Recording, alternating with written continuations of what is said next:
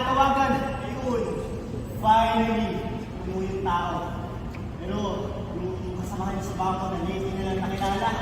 Alam niyo, nung magparamdam yung guy. Sinagot niya agad. Shota niya naman yun. Eh teka, kanino mo naman nalaman yan? Sabi sa akin. Hindi tapos na pala eh. Ayos na. Wala nang problema. Yung pare, parang, ewan ko ba? Ha? Are you out of your mind? Yes! That man doesn't deserve her. Sinasamantala na namin sa sitwasyon na malungkot si Joey dahil sa pag-iwalay namin. Napakagago mo, Brad. Parang ka isang asong binitawan ng buto magkatapos ngat-ngatin at pagsawaan. At pagkatapos na kukunin ng iba, ay magagalit ka at pilit mo agawin yung buto. Tama si Jojo, Brad. Tsaka sigurado ka ba na malungkot si Joey na nagkaiwalay kayo? Baka naman masasaya yung tao ngayon, ha? You don't know her more than I do. Ikaw, Brad, ikaw di na rin kita kilala. You're not the Alfred I know. Uy, teka, siputan mo. CR, kasusukan na ako sa mga pinagsasabihin na ito ni Alfred. Ulol! Aminin mo na lang na nasusuka ka na dahil sa kalasingan. Oo na, hinilo na ako ng alak at napuntahan natin ito. Teka nga, lalabas din muna ako at makapag-yosi. Yo, Brad. Gusto mo na sumama sa kanila. Ha? Drama na ito. Di bagay sa'yo, tigilan mo yan, ha? Mamaya na ako balik ng dalawa, doon ako muna sa siya. Nakaiba ako eh. Pero Brad, Sigurado ka bang gusto mong balikan si Joey? mga pre, dito ako. Mag-isip-isip ka, pre. Tahimik buhay mo ngayon, no? Manugulin ulit.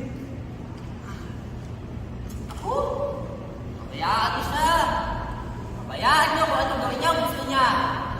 Gusto niya magkanta leche-leche, buhay niya, sige. Huwag mo na sisiyan kasi nagkatayin na ako.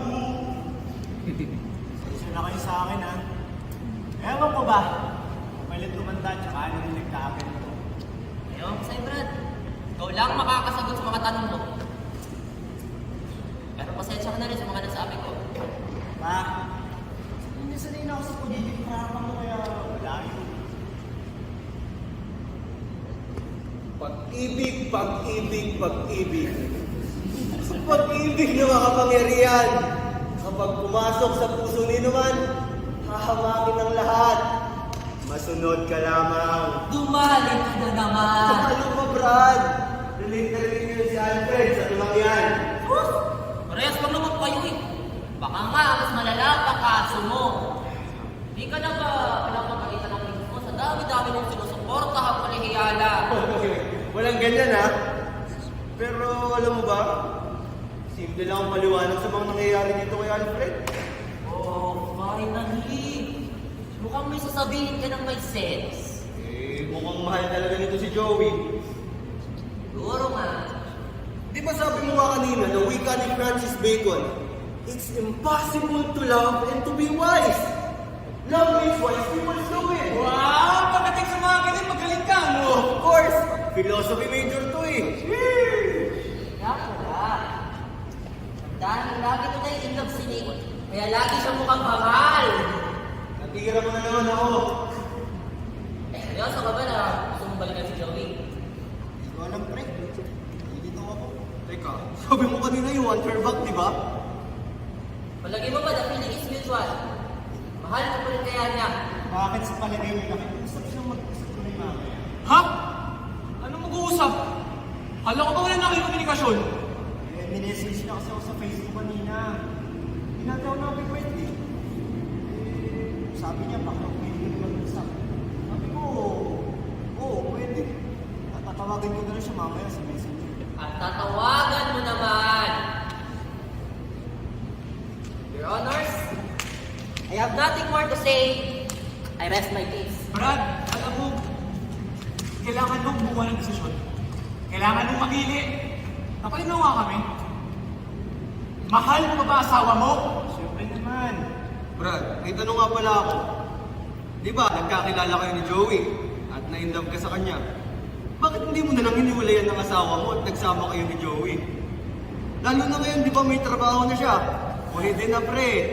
Brad, hindi ganun kadaling iwan si Miles sa tatlong anak namin. Nagago lang ako nung makilala ko si Joey, pero yung ako parang iwan yung pamilya ko. Your Honors, may I join the secretary? Of course, Senator Jojo. You may and you have the floor. Bakit ayaw mo na iwan si Miles? Dahil lang sa anak niyo? Brad, kahit wala kaming anak ni Miles, hindi ko pa rin siya iiwanan. Why?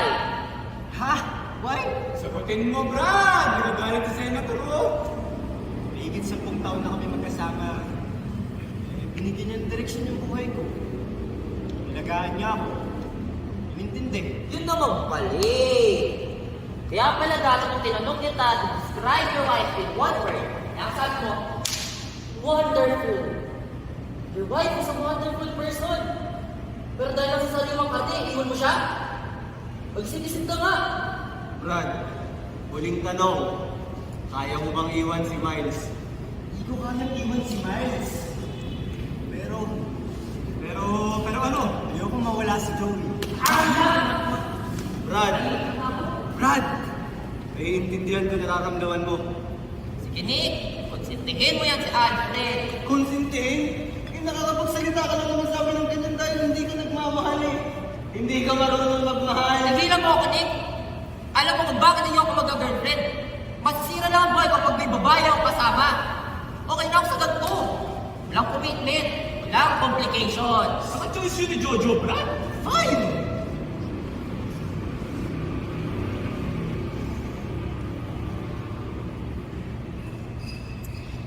Malalim na rin pala ang gabi. Malayo pa uuwihan ko eh. Kailangan ko na umuwi. Brad, happy birthday ulit ha. Next time na lang. Salamat. Una na ako. Teka, sabay na ako sa'yo. Una na ako. Hindi muna kayo.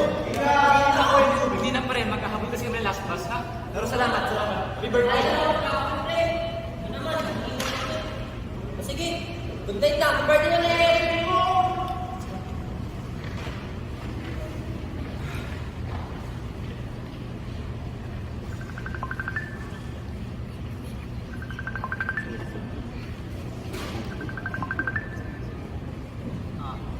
Roma! Kamusta na kayo ni Carlo? Mabuti naman. Ayun, tulog na ang bata. Kamusta naman celebration mo dyan? Okay naman, Ma. Ayun, kauwi lang nila sa Lolo. Kompleto ba ang tropa? Oo naman. Eto nga, medyo masakit ang ulo ko at medyo nahilo. Counting lang siya. Mukha nga. Ay siya pa, matulog ka na. Tutulog na din ako. Sisimba kami bukas ni Carlo ng umaga. Tumawag lang ako para batiin ka ulit. Happy birthday ulit pa. I love you. Okay, Ma. Love you too. Tawag na ulit ako bukas, ha?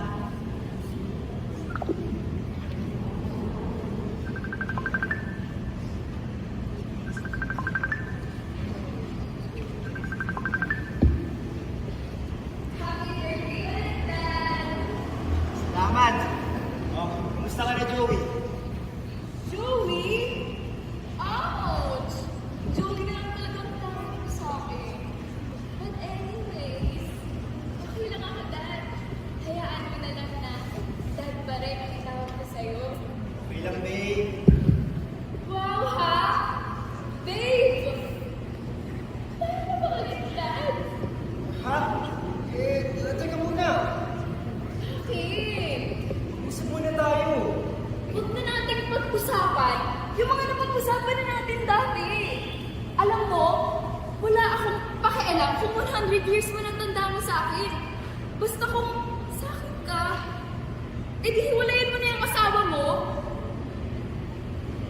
Ano? Ba't di ka umiimik magsalita ka, Sir Alfred?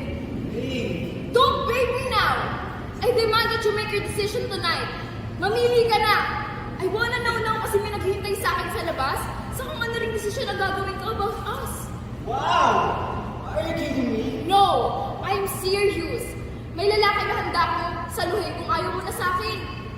Nandiyan nga lang siya sa labas ng bahay namin eh. Gusto mo, tawagin ko siya. Ipakilala ko pa sa'yo. Matangkad siya. Gwapo. Bata katulad ko. May bayag siya. Ikaw ba meron?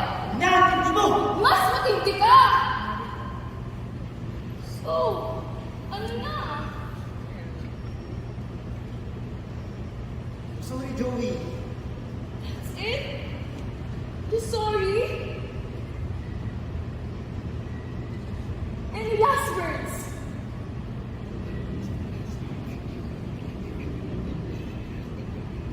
I will never, ever bother you again.